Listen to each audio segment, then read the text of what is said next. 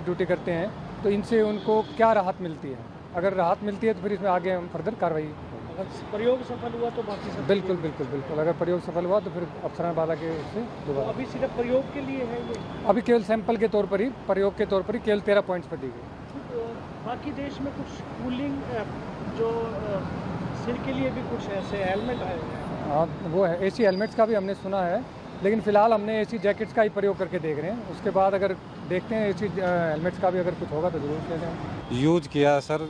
एक तो इसका वेट थोड़ा ज़्यादा है और बर्फ़ भी थोड़ी मतलब ये जो दिया है ये जल्दी पिघल जाती है, ज़्यादा देर नहीं चलती। जैसे गर्मी में है 2 घंटे, बस 2 घंटे तो में उसमें कूल पैड लगे हुए हैं, कूल पैड जो लगे हुए हैं वो 2 घंटे में ही वो हो जाता है। फिर उसके बाद क्या उसका उसको दोबारा फिर उसमें फ्रीजर में रखना पड़ता है। तो फ्रीजर तो आपके पास, फ्रीजर तो यहाँ तो है नहीं, कहीं देखना पड़ेगा। तो यानी कि हाँ। दिन में अगर कहीं फ्रीजर नहीं है तो 2 घंटे से ज़्यादा वो नहीं चलेगा।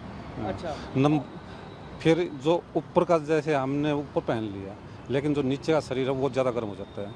यानी कि शरीर में आधा शरीर गर्म और आधा ठंडा, हाँ, वो ज़्यादा गर्म हो जाता है। तो ये भी नुकसान का, ये भी नुकसान है इसमें। यानी कि इसमें भी आपको लगता है कि हाँ, मैं सुबह जो डाला नीचे के पैर में बहुत ज़्यादा गर्म हो गए। ऊपर ठीक है लेकिन नीचे ज़्यादा।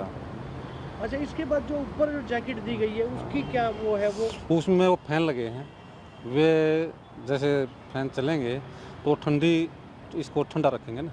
ठीक है। इसका ये जो आइस क्यूब दे रखी है, हाँ, इसको इस पे लगेंगी भी हवा तो ठंडा हो जाएंगे। तो वो कितनी देर के चल रहे हैं, वो कितने, वो कम तकरीबन 4-5 घंटे। यानी कि उसका तो चार्जिंग का भी हाँ, है, उसका तो चार्जिंग है, उसका तो हो जाएगा। उसका तो हो जाएगा। हाँ, लेकिन लेकिन मेन तो ये है ना, एक तो थोड़ा वेट ज़्यादा है। वेट कर हाँ, फिर एक ये आधा शरीर को ना, आधा शरीर बीमार वो करने वाले, नीचे गर्म शरीर हो जाता है, आधा शरीर जो है वो ज़्यादा गर्म हो जाता है। इसका ये कभी ये ना हो कि साइड इफ़ेक्ट दूसरा बीमार वाला ना हो जाए।